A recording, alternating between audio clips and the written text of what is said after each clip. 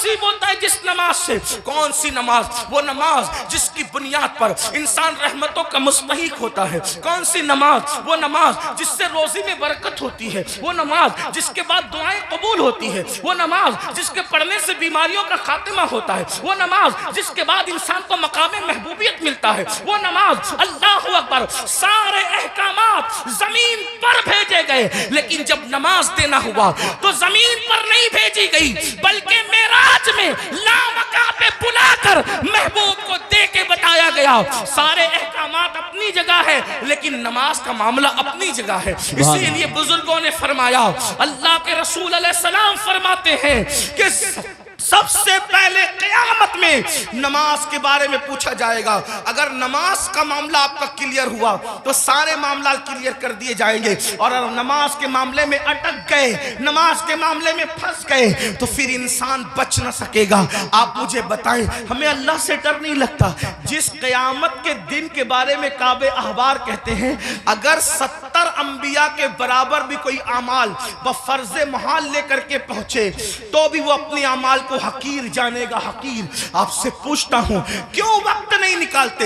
اب آئیے آپ سے پوچھوں، امام تو سجدے کی، امام تو اللہ اکبر شہادت کے وقت بھی سجدہ کرتے ہیں. کتنا دردناک وقت ہوگا. اللہ اللہ، جب انسان کا ایکسیڈنٹ ہوتا ہے اور وہ موت کو قریب دیکھتا ہے تو انسان اپنی جان کی فکر کرتا ہے، مگر قربان میرے امام شہید کربلا نے جب آخری وقت آیا تو بھی اپنے سر کو سجدے میں رکھا، اور سر سجدے میں رکھ کر کے بتا دیا، اوروں کو جان سے محبت ہے لیکن علی کے بیٹے کو اپنی جان سے زیادہ سجدے سے محبت ہے.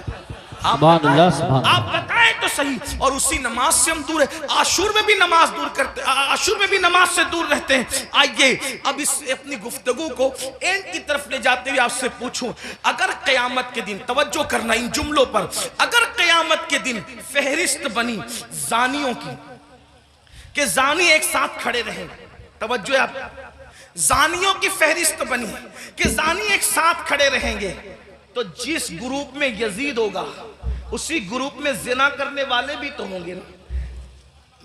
دنیا کے اندر بڑی بڑی باتیں ہانکنا آسان ہے.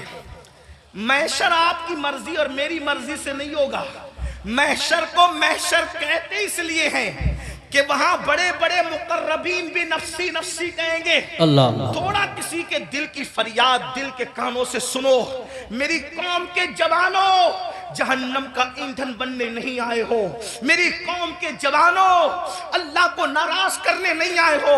امام علی مقام سے جان سے زیادہ محبت کرنے والے میرے سنیوں، آپ سے پوچھتا ہوں تھوڑا غور کرنا، ایمان والے دل پہ ہاتھ رکھ کر سوچنا. زانیوں کی فہرست بنے گی کہ سارے زانی ایک ساتھ کھڑے رہیں، تو بتاؤ جہاں یزید ہوگا وہاں زانی لوگ ہوں گے کہ نہیں ہوں گے؟